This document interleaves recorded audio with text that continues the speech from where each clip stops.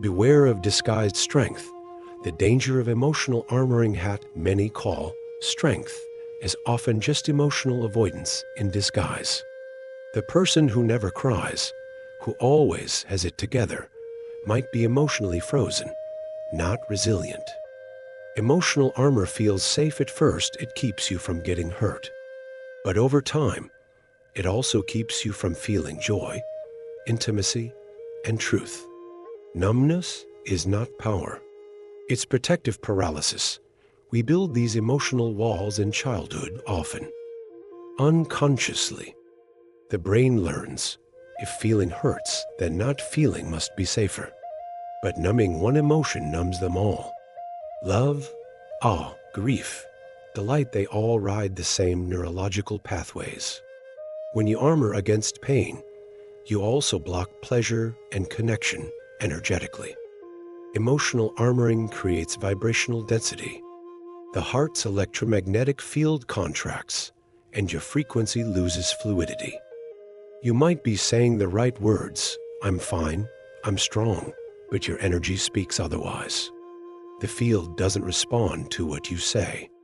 It responds to what you withhold. Suppression distorts coherence from a neuroscience perspective. Chronic emotional suppression activates the stress response system over time. Cortisol increases. The nervous system never truly relaxes. You remain in low-grade survival mode, alert, but disconnected. Emotional safety becomes a FOD, not a felt experience. And manifestation becomes blocked by internal tension. True strength is not control, it's emotional transparency. Not falling apart doesn't mean you're healed. It might just mean you're disconnected. Real power comes when you allow emotions to move through you without shame or resistance. Like water, emotions need flow. Block the current, and stagnation sets in. We glorify resilience without asking, at what cost? Some people bounce back so fast, they never actually process what broke them.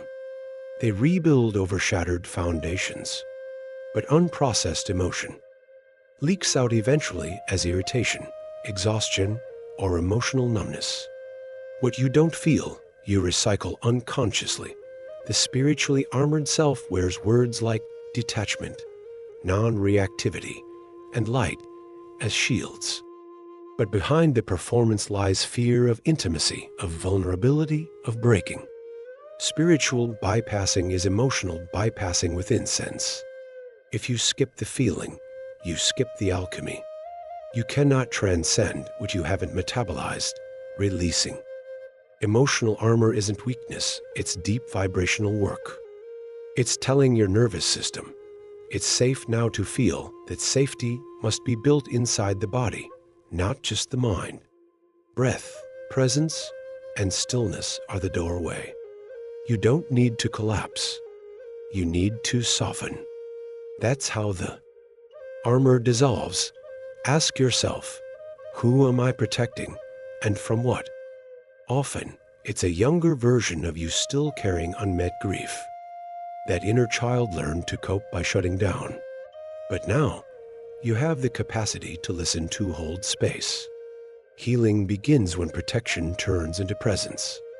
When defense turns into dialogue, emotional strength is not about never hurting. It's about not abandoning yourself when you do. It's being able to say, this hurts, without shame, and letting that pain pass through like a sacred guest, not a threat. When the armor drops, the soul breathes. And what remains is not weakness, but truth. From armoring to authentic power, we live in a world that confuses survival with mastery.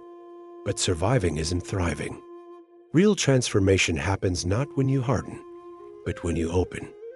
The nervous system only heals in safety, and safety is born from truth. Truth creates coherence, and coherence is the gateway to manifestation. If your life feels stuck, if your manifestations won't land, ask not what's missing, but what's armored. Where are you afraid to feel? Where did you stop trusting your own vulnerability?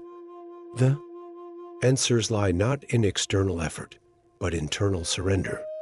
Your frequency reflects your openness. When the armor is dropped, your electromagnetic field expands.